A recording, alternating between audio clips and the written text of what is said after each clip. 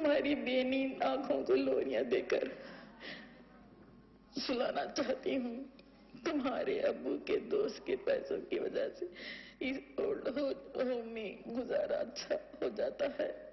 ہاں، مگر یہ سونے کا پنجرا ہے یا ماڈرن زمانے کا تاج محل مجھے نہیں چاہیے جسے میں ممتاز محل کی لاش کی طرح ہوں۔ بیٹا تم مجھے یہاں سے لے چلو، تیرے بچوں کی آیا اور خادمہ سمجھ کر صحیح مجھے اپنے پاس بلا لے بیٹا۔ بیٹا زندگی مجھ سے بار بار پوچھتی ہے کیا اسی دن کے لیے میں نے اتنے پیار محبت سے پالا تھا، اسی دن کے لیے راتوں کی نیندیں قربان کی تھی، کیا جوانی کے حسین ایام اس دن کے لیے برباد کی تھی۔ وہ دن بھی مجھے یاد ہے جب تمہاری پیدائش کے بعد میں اپنا استعفیٰ نامہ لے کر اپنی یونیورسٹی پہنچی تو سبھی نے کہا کہ رابعہ اپنا کیریئر مت تباہ کرو، آج کل کون کس کا ہوتا ہے، کوئی اچھی پروفیشنل میڈ رکھ لو جس طرح لوگ رکھتے ہیں۔ تو میں نے کہا تھا میرے بچوں کی دیکھ ریکھ اور صحت کا خیال جس طرح میں خود کر سکتی ہوں کوئی اور نہیں کر سکتا۔ بیٹا تم بہت یاد آتے ہو، اداس ہوں، پریشان ہوں۔ بیٹا اگر کسی عورت کا بچہ مردہ پیدا ہوتا ہے یا پاگل اور معذور ہینڈیکیپ پیدا ہو کر کچھ دن بعد مر جائے تو بھی وہ ساری زندگی اس کے دکھ میں آنسو بہاتی ہے، اسے کبھی بھول نہیں پاتی۔ اور بیٹا میں نے تمہیں 25 سال تک اپنے ہاتھوں سے پالا ہے، اب تم کہتے ہو کہ تم بھول جاؤ۔ بیٹا تم بہت یاد آتے ہو، میں اداس ہوں، پریشان ہوں، مرنے والوں کی آخری خواہش کو خون کی پیاسے ڈاکو لٹیرے بھی پورا کر دیتے ہیں۔ تم میری لگتے جگر ہو، رشتوں کی دعائی اگر تم پر اثر نہیں کرتی تو میں تمہیں انسانیت کی دعائی دیتی۔ میں اور تمہارے ابو جو پیرالائزڈ ہے زندگی کی آخری گھڑیاں تمہارے چہرے کو دیکھتے ہی دنیا سے جانا چاہتے ہیں۔ نہ کسی کی آنکھ کا نور ہم، نہ کسی کے دل کا قرار ہم، جو کسی کے کام نہ آ سکے وہ مستقبار ہم۔ یہ رنگ روپ جو بچھڑ گیا تو وقت بھی ہم سے بچھڑ گیا، جو چمن خزاں سے اجڑ گیا بس اسی کی فضل بہار ہم، تمہارے منتظر، تمہارے بوڑھے ماں باپ۔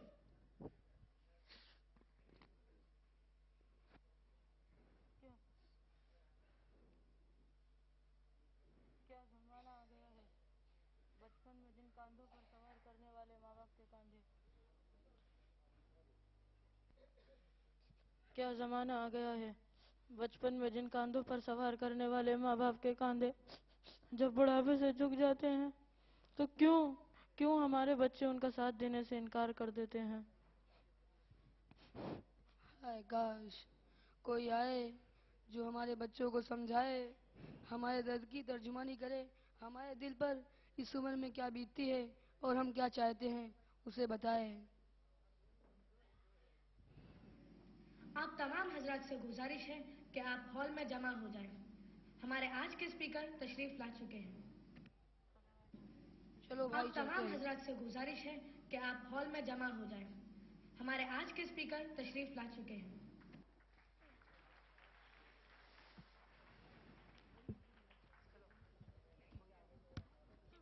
اپنے ماں باپ کا تو دل نہ دکھا، دل نہ دکھا، اپنے ماں باپ کا تو دل نہ دکھا، دل نہ دکھا، اپنی جنت تو خدا کے لیے دوزخ نہ بنا، اپنی جنت کو خدا کے لیے دوزخ نہ بنا، اپنے ماں باپ کا تو دل نہ دکھا، دل نہ دکھا، اپنے ماں باپ کا تو دل نہ دکھا، دل نہ دکھا، باپ کے پیار سے اچھی کوئی دولت کیا ہے، ماں کا آنچل جو سلامت ہے تو جنت کیا ہے، باپ کے پیار سے اچھی کوئی دولت کیا ہے، ماں کا آنچل جو سلامت ہے تو جنت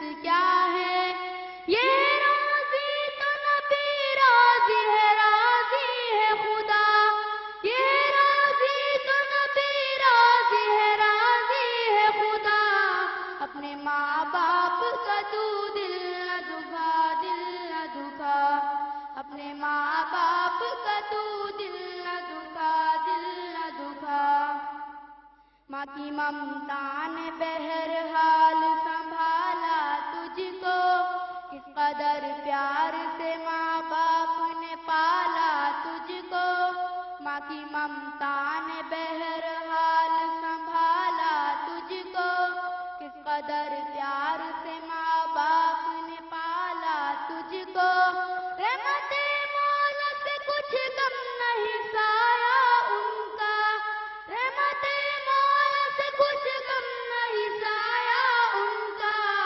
اپنے ماں باپ کا تو دل نہ دکھا، دل نہ دکھا، اپنے ماں باپ کا تو دل نہ دکھا، دل نہ دکھا، جب بھی دیکھا تو تجھے پیار سے دیکھا ماں نے، خون دل دودھ کی صورت میں پلایا ماں نے، جب بھی دیکھا تو تجھے پیار سے دیکھا ماں نے، خون دل دودھ کی صورت میں پلایا ماں نے، تو نے اس پیار کے بدلے میں اسے کچھ نہ دیا، تو نے اس پیار کے بدلے میں اسے کچھ نہ دیا، اپنے ماں باپ کا تو دل نہ دکھا، دل نہ دکھا، اپنے ماں باپ کا تو دل نہ دکھا، دل نہ دکھا، اپنے ماں باپ کا تو دل نہ دکھا، دل نہ دکھا۔ جیسا کہ آپ حضرات جانتے ہیں، ہم یہاں اولڈ ایج ہوم میں رہنے والے حضرات کے ذہنی اور دلی سکون کے لیے اسپریچول لیکچرز ہر ماہ کنڈکٹ کرتے ہیں، جس میں ہم ڈیفرنٹ ریلیجنز کے اسکالرز کو انوائٹ کرتے ہیں، اور اس ماہ ہم نے اسلام کے ریپرزنٹیٹیو کے طور پر جناب سیف الدین ربانی صاحب کو انوائٹ کیا ہے، جو ہمارے درمیان موجود ہیں۔ میں ان سے مؤدبانہ درخواست کرتا ہوں کہ وہ ڈائس پر تشریف لائیں اور اظہار خیال فرمائیں۔ جناب سیف الدین ربانی صاحب۔ السلام علیکم ورحمۃ اللہ وبرکاتہ، نحمده ونصلي على رسوله الكريم، اما بعد فاعوذ باللہ من الشیطان الرجیم، بسم اللہ الرحمن الرحیم، ووصينا الإنسان بوالديه إحسانا، صدق اللہ العظیم۔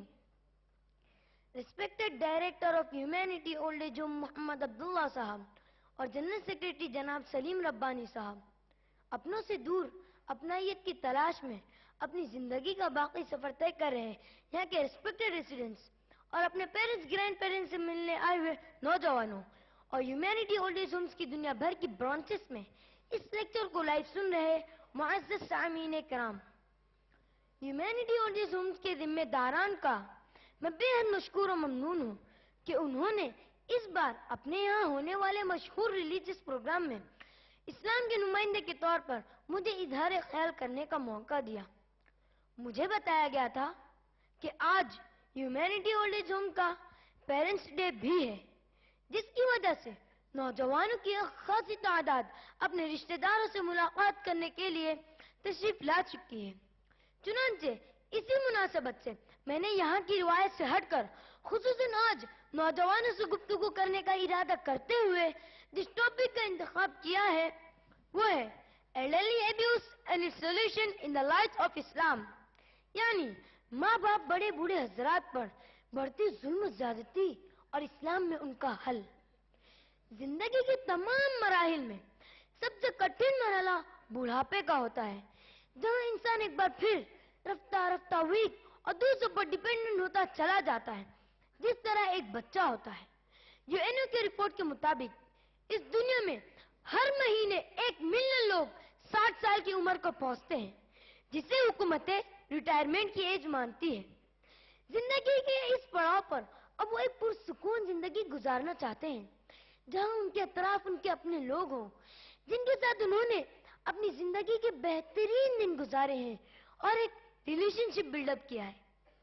ہونا تو یہی چاہیے تھا، مگر آج جب ہم اپنے اطراف کا جائزہ لیتے ہیں تو جہاں ہمارا معاشرہ بہت سارے سنگین مسائل سے دو چار نظر آتا ہے، وہی ایلڈرلی ایبیوز کا مسئلہ بھی کچھ کم سنگین نہیں.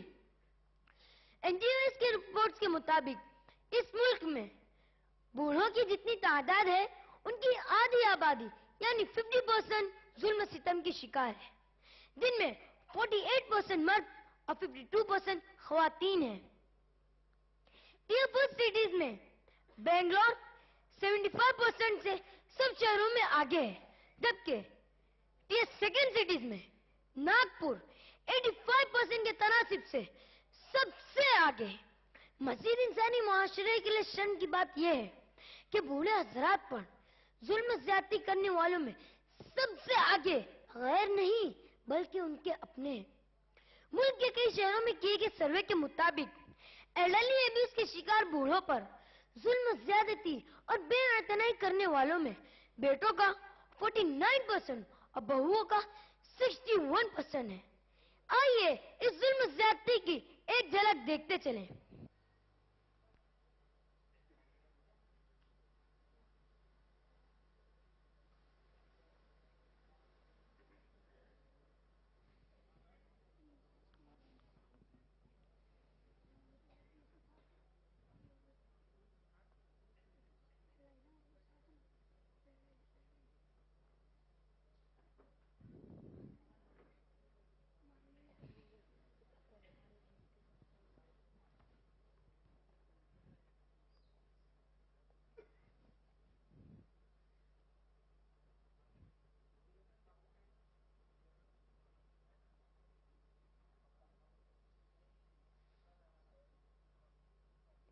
دیکھا، خود ان کے اپنے ان پر زندگی تنگ کر رہے ہیں اور ان کا جینا دوبھر کر رہے ہیں.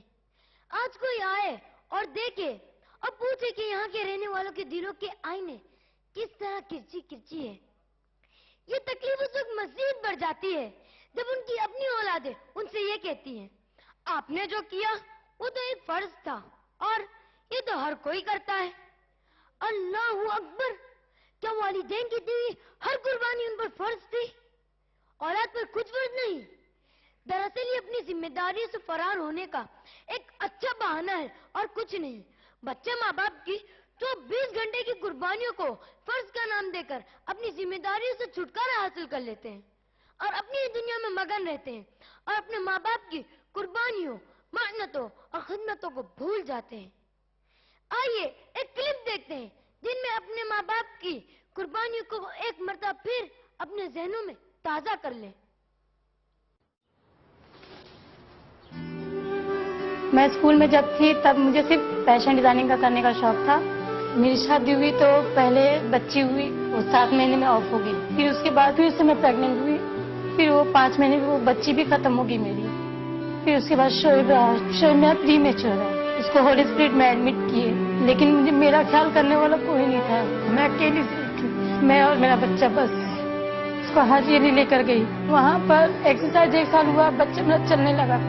چیمبور میں نائسی ہاسپٹل ہے، 1 سال وہاں پر تھراپی کرائی. جتنا مجھ سے ہو سکا میں اپنے بچے کے لیے کی. شعیب کے ہونے کے بعد میں شعیب پہ زیادہ دھیان دینے لگی، یعنی گھر کے ساتھ ساتھ، یعنی کسی کو کبھی شکایت کا موقع نہیں دیا میں نے. میرے ہارٹ میں ہول ہے، اس کی وجہ سے مجھے بہت پرابلم آتی ہے شعیب کو اٹھانے میں. گود میں اٹھا کر نیچے اتارنا، اس کو باتھ روم میں لے جانا، نہلانا دھلانا. میں صرف شعیب کے لیے جیتی ہوں بس. سب سے بڑا چیلنج یہ ہے کہ میرا شعیب چلنے لگے. اس کو مجھے چلانا ہے، وہ چلے گا، ضرور چلے گا اور پڑھے گا بھی. آپ لوگ کے چلتے ہوئے بچے ہیں نا، اس سے آگے میرا بچہ نکلا، دیکھ لینا ایک دن. سب بولتے ہیں نا عید ہوتی ہے، بقرعید ہوتی ہے، خوشی مناتے ہیں. مجھے نہیں خوشی ہوتی ہے عید بقرعید. جس دن میرا بچہ چلے گا، جس دن مسجد میں جا کے نماز پڑھے گا، اس دن میرے لیے اصلی عید ہوگی. یہ ہے ماں کا حوصلہ اور یہی باپ کا حوصلہ ہوتا ہے جو کسی قیمت پر اپنے بچوں کو در در کی ٹھوکریں کھاتے نہیں دیکھ سکتے.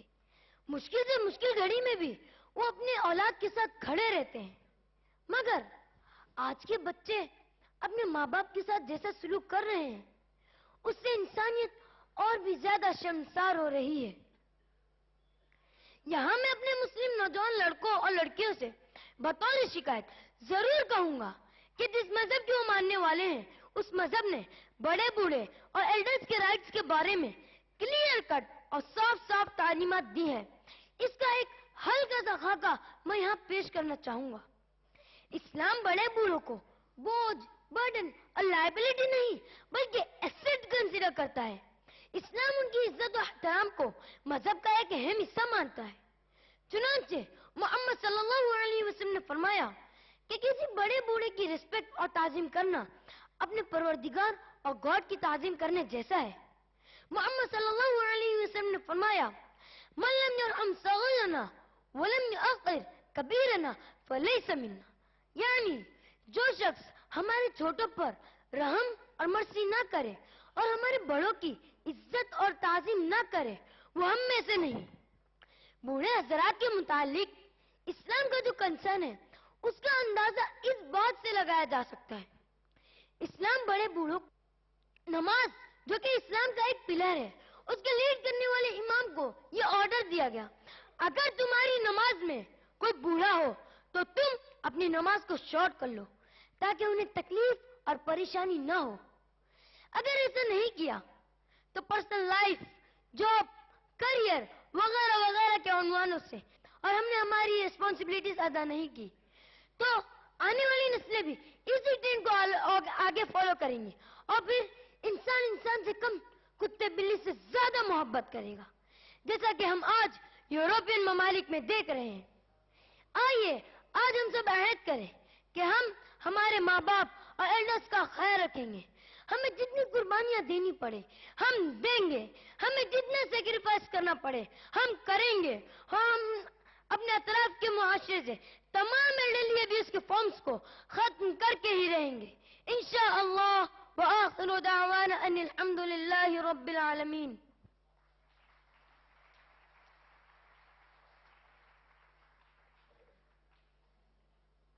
بہت بہت شکریہ جناب سیف الدین ربانی صاحب. اللہ تعالیٰ سبھی نوجوانوں کو اس کی توفیق عطا فرمائے. جی فرمائیے.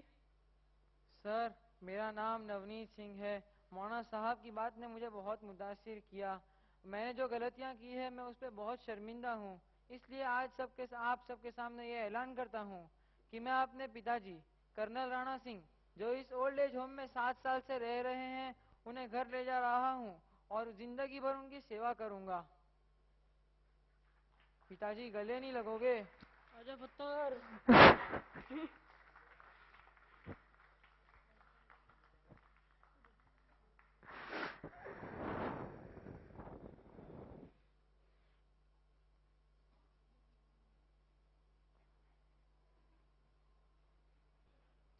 محترم سامعین، ہمارے پروگرام کی ترتیب میں کچھ تبدیلی ہنگامی حالت کی بنا پر ہوئی ہے. اس کے بعد ایک انگریزی نشست سماعت کرنی تھی لیکن ہمارے معزز مہمان خصوصی ڈاکٹر ظہیر قاضی صاحب کو ایک ایمرجنسی کال اور ایک اہم کام کی وجہ سے ابھی اسی وقت نکلنا ہے. لہذا ہم بڑے ادب اور احترام کے ساتھ ڈاکٹر ظہیر قاضی صاحب سے درخواست کرتے ہیں کہ وہ آئے اور اپنے تاثرات کا اظہار فرمائے. جناب ڈاکٹر ظہیر قاضی صاحب. السلام علیکم ورحمۃ اللہ وبرکاتہ. آج کا یہ پروگرام جس انداز سے پیش کیا گیا اور انگریزی زبان میں مدارس کے بچوں نے جو آج اپنے ٹیلنٹ کا ڈسپلے کیا یہاں پہ وہ تعریف قابل ہے. اور ان کی جو پروگرامز تھے اس میں سب سے اچھا ایک پروگرام یہ لگا کہ جو آج کل سیاسی چرچا جو ہو رہی ہے ایک ٹاک شو تھا ان کا. صحیح معنی میں اس کو چائے پہ چرچا ایسا کہا جا سکتا ہے. کتنی اچھی باتیں کہی گئی اس میں کہ ہمارے جو اختلافات ہیں اس کو لے کے، عالم دین کیسے ہونے چاہیے اس کو لے کے، اور ہمارے پروفیشنلز کس طرح ہونے چاہیے. مجھے بھی کچھ سیکھنے ملا، اچھی باتیں ہوئی. اور جو راجیہ سبھا کا جو سین بتایا گیا لاجواب تھا.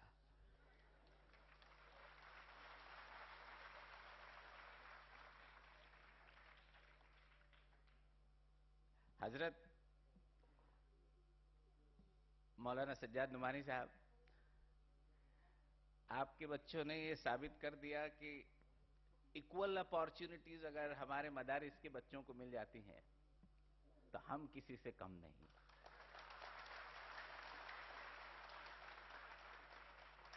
اور آج کے پروگرام میں جو بھی آئٹمز پیش کیے گئے، ہر آئٹم میں آج کے حالات جو ریلیونس ہے اس کو پیش کیا گیا، ایک پیغام تھا. اور حالات تو ہے لیکن اس کا حل کیا ہے وہ بھی اس پروگرام کے تحت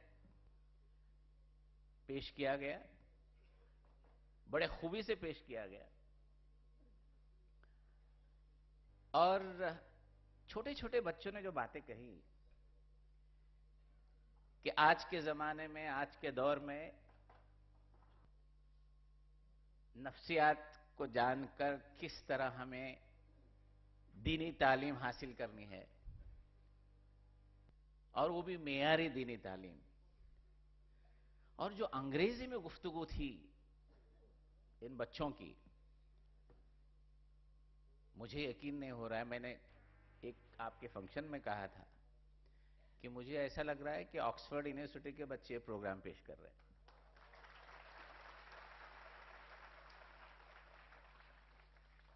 اور آج کے دور میں اسلام کا ریلیونس سب سے زیادہ پہلے بھی تھا، 1400 سال پہلے.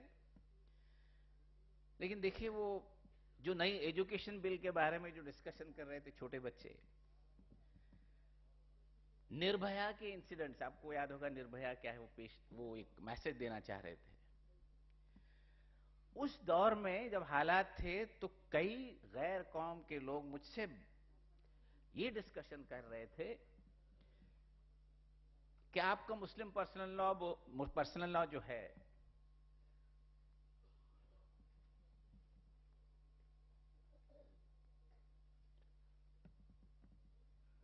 وہ تو سول پرسنل لا ہے یہاں جہاں تک میں جانتا ہوں ہندوستان میں.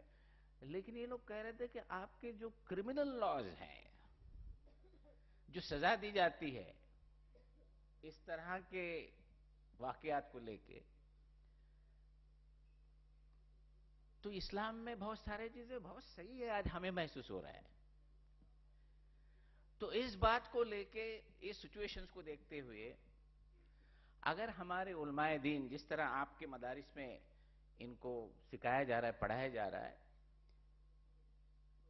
کہ انگلش سے کمیونیکیشن کس طرح کریں، اور یہ ضروری ہے کہ ہمارے جیسے پروفیشنلز بھی اپنے مذہب کے بارے میں گفتگو میں جب ہم بیٹھ جاتے ہیں تو ہمیں لگتا ہے کہ we are not the authorities at the end of the day. اور عالم دین انگریزی میں اگر گفتگو کرتے اس معاملات کو لے کے تو جتنے غلط فہمیاں اسلام کے بارے میں وہ تو دور ہوں گی، اور ساتھ ساتھ ہماری جو اچھائیاں ہیں جو آج کے دور میں بہت ریلیونٹ ہے، لوگ چاہتے ہیں ان چیزوں کو. میں ایک مثال آپ کو دے رہا ہوں کہ ہمارے علماء دین کس طرح حالات کو دیکھ کے we can push our what Islam says all about in the present context. میں بیچ بیچ میں تھوڑے انگریزی بھی کہوں گا کیونکہ انگریزی اتنی اچھی بولی گئی لگے گا کہ میں انگریزی نہیں بول پا رہا. It is so relevant. I remember an incident when the strongest country in the world, United States of America, when they chose their president, a black president, Barack Hussein Obama, the world was highlighting it in a big way. It's something which has happened, which should have happened long time ago. And they felt in centuries to come it would have never happened but for today.